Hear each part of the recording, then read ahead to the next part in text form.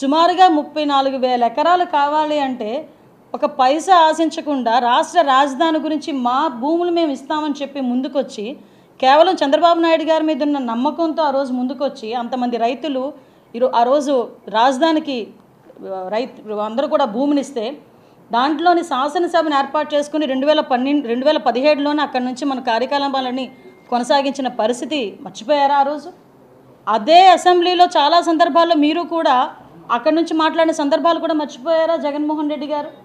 ఆ తర్వాత మీరు వచ్చిన తర్వాత కనీసం సెక్రటేరియట్ మొహాన్ని కూడా చూడకుండా కనీసం క్యాబినెట్ మీటింగ్కి ఏదో ఎప్పుడో 3 నెలలకోసారి 4 నెలలకోసారి ఒక్కసారి సెక్రటేరియట్కి వెళ్ళొచ్చి ఆ సెక్రటేరియట్ అంతా కూడా నాశనమైపోయే పరిస్థితులు కనిపించే పొజిషన్ కూడా మీరు చూశారు.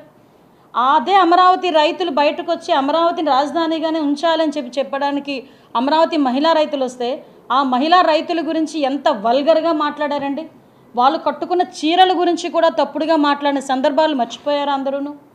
ఆ అమరావతి రైతులు అందరూ కూడా సుమారుగా దగ్గర 270 మంది చనిపోయారండి అమరావతి రైతులు ఈ యాజిటేషన్లో.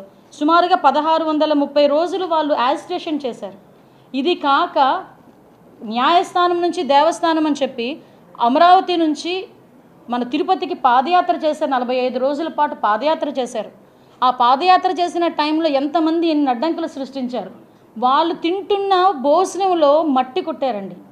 మనకు ఈరోజు మన రాజధాని గురించి భూములు ఇస్తే అదే రైతుల కంచాల్లో ప్లేట్లలో మట్టి పోసిన సందర్భాలను కూడా ఈరోజు నేను గుర్తు చేయాలి. ఎందుకు ఇవన్నీ చెప్తున్నాను అంటే ఈ రోజు ఎవడో ఒక వ్యక్తి వచ్చి సాక్షి ఛానల్లో కూర్చుని మాట్లాడేసి వెళ్ళిపోతే అది కాదు మనం తీసుకోవాల్సింది.